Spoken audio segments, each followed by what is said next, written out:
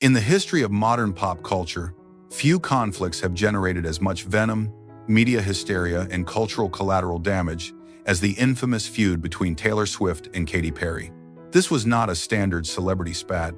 It was a Cold War fought on the airwaves, a 6-year saga of professional sabotage, musical missiles, and public shaming that forced the entire world to pick a side. It was a narrative of betrayal that was weaponized, turning two of the most successful women in music into symbols of rivalry rather than collaboration. We are talking about the era of bad blood, the high-gloss, high-drama, celebrity-studded indictment of a friendship gone fatally wrong. The question is, how does a shared history of genuine camaraderie descend into such scorched-earth warfare? And more importantly, what is the true cost of maintaining a public enemy in an industry built on carefully curated image and mass adoration?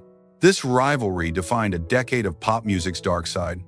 It was the perfect, explosive embodiment of the toxic girls versus girls narrative that the media loved to exploit, suggesting that two women could never truly occupy the same stratosphere without one trying to bring the other crashing down. This conflict consumed album cycles, dominated interviews, and became the central lens through which the public viewed the careers of both Swift and Perry. It involved backup dancers, cryptic tweets, chart wars, and an overwhelming, aggressive public spectacle.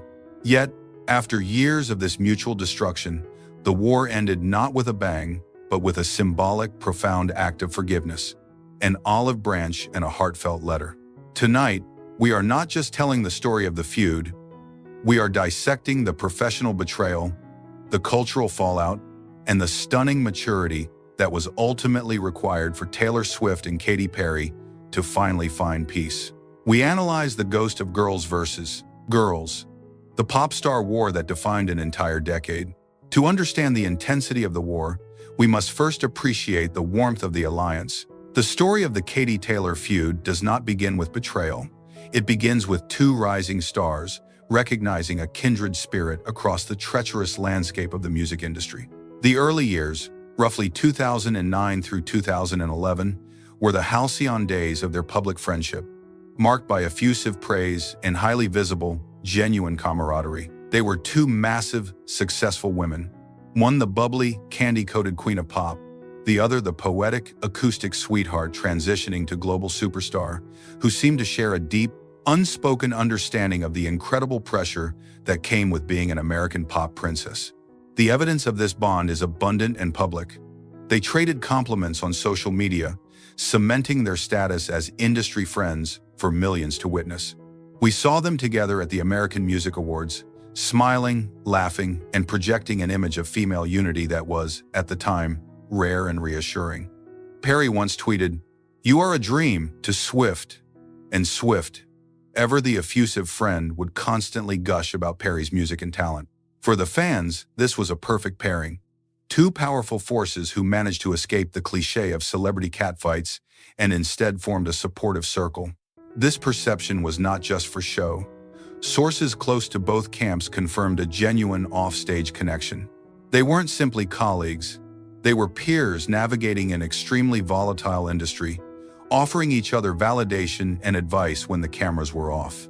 This shared environment of the pop machine, however, is the central tragic irony of their story. The music industry in the late 2000s and early 2010s, while seemingly abundant, operated on a zero-sum mentality. There was only one title of Queen of Pop up for grabs, and the competition for chart dominance, endorsements, and cultural relevance was brutal. Both Katy Perry, fresh off the massive success of the Teenage Dream era, and Taylor Swift, reaching stratospheric heights with Speak Now and the anticipation for Red, were fighting for the same resources, the same spotlight, and the same demographic of young, influential fans.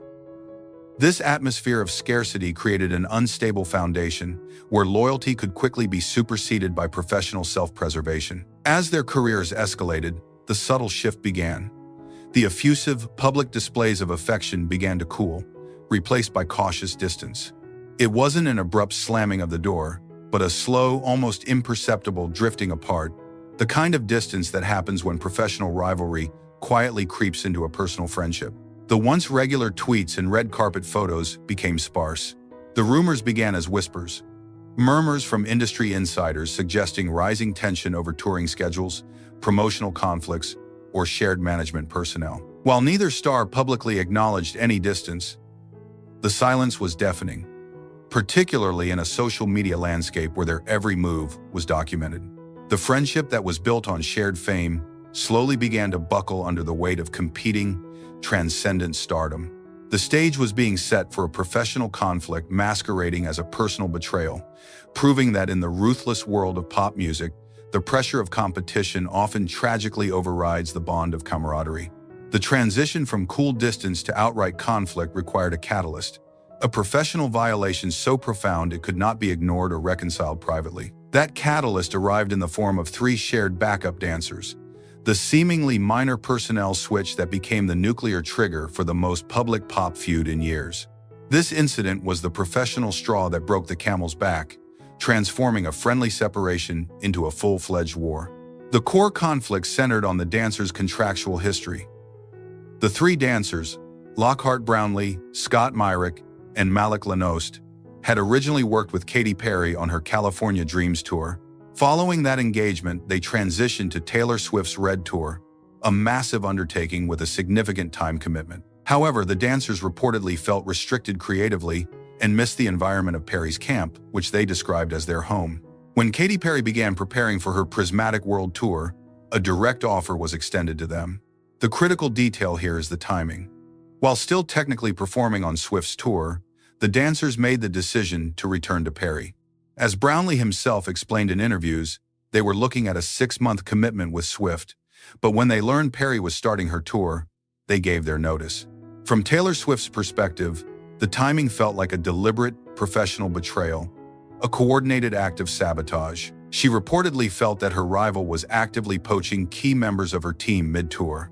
A touring structure is a complex, meticulously planned operation. Losing 3 experienced dancers unexpectedly creates logistical chaos and, more importantly for Swift, represented a psychological strike. She interpreted the action not as the dancers exercising their professional choice, but as Katy Perry reaching into her organization and intentionally pulling the plug. This felt personal, undermining her authority and the integrity of her production. The moment the private conflict became public knowledge, the official declaration of war came not from a chaotic press conference or a direct social media hit, but from a carefully curated 2014 interview Swift gave to Rolling Stone. The article was meant to promote her career-defining 1989 album, but she steered the conversation toward her newly confirmed rival, refusing to name Perry explicitly, but providing enough detail to make the target unmistakable. Swift stated that her upcoming song, which the world would soon know as Bad Blood, was about a female artist who had done something truly unforgivable. She described the person not just as a competitor, but as someone who tried to sabotage an entire arena tour. This single quote turned an industry whisper into the biggest headline in pop culture. The subtext was removed. The glove was thrown down. Taylor Swift had leveraged a major media outlet to publicly accuse Katy Perry of professional espionage. The battle lines were drawn, and the world was officially ready to tune in for the next act. The feud was no longer a matter of feelings or differing musical styles. It was about professional vengeance. With the battle lines drawn by the Rolling Stone interview, the conflict rapidly escalated from passive aggression to an overt, spectacular musical war. The central arena for this phase was their respective albums, where both women launched high-profile, devastating sonic missiles disguised as hit singles. This period represented the true apex of the feud, transforming a dancer disagreement into a global media spectacle. Taylor Swift fired the opening salvo with Bad Blood. Released in 2014, the track was instantly recognizable as a direct response to the dancer betrayal. The lyrics, full of metaphors for betrayal and warfare. Band-aids don't fix bullet holes. Did you have to hit me where I'm weak? Left zero room for misinterpretation. But the song was only half the message. The music video was the strategic masterstroke that guaranteed its success as the ultimate diss track. Swift mobilized her vast network of celebrity friends, assembling a futuristic, high-budget, action-packed cinematic event. The video featured an army of A-list women, Selena Gomez, Karlie Kloss, Zendaya, and more, all portraying powerful, weapon-wielding assassins uniting against a clear, unnamed villain. By starring her inner circle, Swift was not just singing about betrayal. She was visually and publicly affirming her loyalty structure and framing Katy Perry as the undeniable, exiled adversary. The success of Bad Blood was staggering. It became an anthem, turning Katy Perry into the mainstream media's designated villain of the moment. Swift had used her artistry and her professional network to deliver a professional and psychological killing blow. Katy Perry's response arrived years later, in 2017, with the single Swish Swish, released during the controversial and polarizing Witness album cycle. If Bad Blood was a sharp, cinematic indictment, Swish Swish was intended to be an upbeat, dismissive shrug. The track used basketball metaphors and dance pop rhythms to suggest she was simply brushing off the shade. Lyrics like, "A tiger, don't lose no sleep, don't need opinions from a shellfish or a sheep," along with the phrase "swish swish bee times chech," aimed to portray Perry as unbothered, viewing Swift's serious anger as trivial noise. However, the track's impact was markedly different. While it was a hit, it failed to deliver the crushing, narrative-defining victory that Bad Blood had secured. Critically and commercially, Witness struggled to capture the cultural zeitgeist in the way 1989 had. The general feeling was that Perry was playing catch-up, responding to an attack that had landed years prior, diluting the emotional power of her counterstrike. Beyond the music, the warfare bled into direct social media hits, though always carefully worded. Perry famously responded to Swift's initial Rolling Stone interview with a cryptic but immediately viral tweet, "Watch out for the Regina George in sheep's clothing." This phrase became a cultural shorthand, immediately cementing the narrative of Swift as a secret manipulator. The media, hungry for scandal, amplified every subtle shade, every interview mention, every award show near miss. This ensured that the feud became the dominant, overshadowing narrative of both of their careers during this critical era. The problem with this aggressive, public exchange was that it forced the conversation away from their artistry. The story was no longer about pop music, it was about public relations warfare and who could inflict the most damage, setting a dangerous and toxic precedent for female rivalry in the spotlight.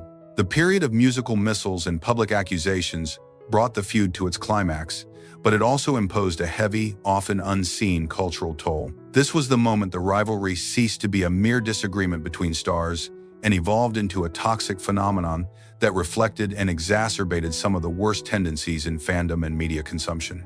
The most significant cost was the way the conflict overshadowed the very art it was supposedly defending, shifting the focus from musical innovation to professional drama.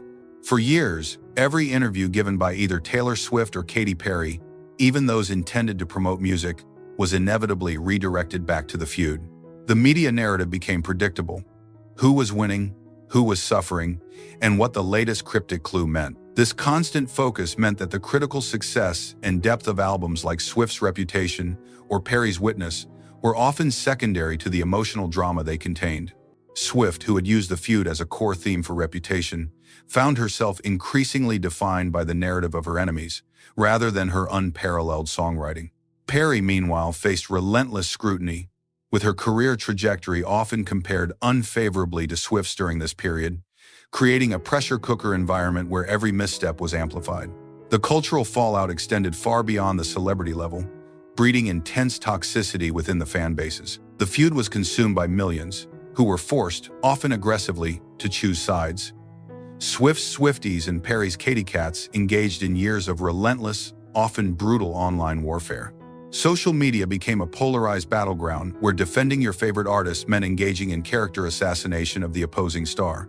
This created a climate where genuine support for one artist was interpreted as hatred for the other. The spectacle encouraged a zero-sum mentality among young fans, reinforcing the harmful message that women must compete aggressively rather than coexist harmoniously. The longevity and intensity of the online conflict made it a chilling preview of the toxicity that would come to define many celebrity fandom interactions in the late 2010 seconds. Furthermore, the longevity of the feud began to expose its own hollowness. What started as a visceral reaction to professional betrayal eventually felt like a manufactured, drawn-out storyline. As the years passed, the sustained intensity became exhausting for all parties, including the audience. There was a growing realization, often voiced by cultural commentators, that the feud was less about the dancers or the music, and more about clickbait, media spectacle, and the cheap thrill of watching powerful women tear each other down. This scrutiny began to push both stars to a crucial understanding. The continuation of this public rivalry was becoming mutually assured destruction, damaging both of their carefully crafted public images. The price of maintaining a public, high-stakes enemy was proving far too high, signaling that a pivoted change in strategy, or perhaps even a mature surrender, was inevitable to regain control of their own narratives. The most profound realization in any lengthy conflict is often the understanding that victory is less important than resolution. By 2018, the Taylor Swift and Katy Perry feud had reached this saturation point. The animosity had served its purpose, fueling album sales and headlines, but its continued existence was now a burden, a heavy chain linking both artists to a painful past. The stage was set for the stunning, public path to peace, a reconciliation defined by symbolic gestures of maturity rather than forced, corporate unity. The turning point was orchestrated by Katy Perry, demonstrating a profound willingness to admit past mistakes and initiate healing. In May 2018, just before the launch of Taylor Swift's massively anticipated Reputation Stadium tour, Perry sent a literal olive branch, the ancient symbol of peace, to Swift's dressing room. Crucially, this was accompanied by a heartfelt, handwritten note. The contents of the note were deeply personal, referencing the long history of their relationship and reportedly acknowledging the mistakes made on both sides. Swift, deeply moved by the gesture, shared a partial image of the gift and the note on her Instagram story, making the reconciliation public in the most intimate way possible. This was a crucial act. The war, which had begun publicly with a Rolling Stone interview, was formally ended with a private, mature apology made public by the recipient. The energy surrounding Swift's tour could now be defined by moving forward, not looking back in anger. This private act of forgiveness was followed by the definitive public, visual finale in 2019. Taylor Swift was preparing the music video for her single, You Need to Calm Down, a vibrant, colorful celebration of LGBTQ+ rights and a rejection of online hatred and negativity. She extended an invitation to Katy Perry to make a cameo, a choice that spoke volumes. In a scene that immediately broke the internet, Perry appears dressed in the iconic hamburger costume she wore to the Met Gala, while Swift is dressed as a matching order of French fries. The two meet in the middle of a chaotic food fight, spot each other, and then embrace. A final, definitive hug that instantly became the visual epitaph of the feud. The image of the hamburger and the fries, a lighthearted, almost absurd scene, served as a potent metaphor. It stripped the years of drama of their weight and seriousness, reducing the conflict to a piece of silly, resolved pop culture history. It demonstrated to the world that both women had matured beyond the ego-driven need to maintain an enemy. This reconciliation was not just a convenience. It represented a genuine moment of growth, driven by the mutual realization that the industry often profits by pitting women against one another, and that their shared history and power were more valuable than their division. They had reached a new level of professional and personal self-awareness, successfully reclaiming their narrative from the media cycle that had long dictated their animosity. The war was officially over, replaced by an understanding rooted in mutual respect for their hard-earned statuses as industry titans. The story of Taylor Swift and Katy Perry's 6-year war is now complete, and the final chapter, defined by the olive branch and the embrace of the hamburger and fries, offers the most valuable lesson. The feud was never merely a personal disagreement. It was, as we established, the definitive embodiment of the toxic girls versus girls narrative that so heavily influenced the pop culture landscape of the 2010 seconds. For years, the media and fandoms operated under the assumption that female success was a zero-sum game, requiring the destruction of a rival to achieve supremacy. This rivalry was the peak example of that outdated, destructive thinking. Today, the ghosts of that conflict remain, but they are peaceful ghosts. Both women have moved decisively into new phases of their careers, with Perry focused on residencies and new music, and Swift dominating the globe with the unprecedented success of her re-recordings and the Eras Tour. The enduring legacy of their reconciliation is a powerful, public demonstration that professional betrayal, even on the largest stage, does not have to be permanent. It showed the world that maturity and growth supersede ego, and that forgiveness is not a sign of weakness, but a sign of strength and emotional intelligence. In an era where online conflict seems eternal, Swift and Perry provided a narrative arc that allowed for growth, healing, and the necessary rejection of media-driven animosity. They reclaimed control of a story that had long been dictated by headlines, choosing unity over division. The biggest takeaway from their shared history is that two women at the pinnacle of their profession can and must find a way to coexist peacefully. Their friendship may never be what it once was, but their current relationship is something far more profound. A public blueprint for ending unnecessary, manufactured drama. The chapter is closed, and the lesson is clear. Sometimes, the most powerful statement a pop star can make isn't a diss track, but a decision to move on. We want to hear your thoughts. Which side of the feud were you on during the Bad Blood era, and how did you feel seeing them finally embrace "You need to calm down"? Let us know in the comments below. And if you want more deep dive analyses into the scandals that shape pop history, be sure to subscribe to Starlight Remains and turn on notifications so you don't miss our next expose.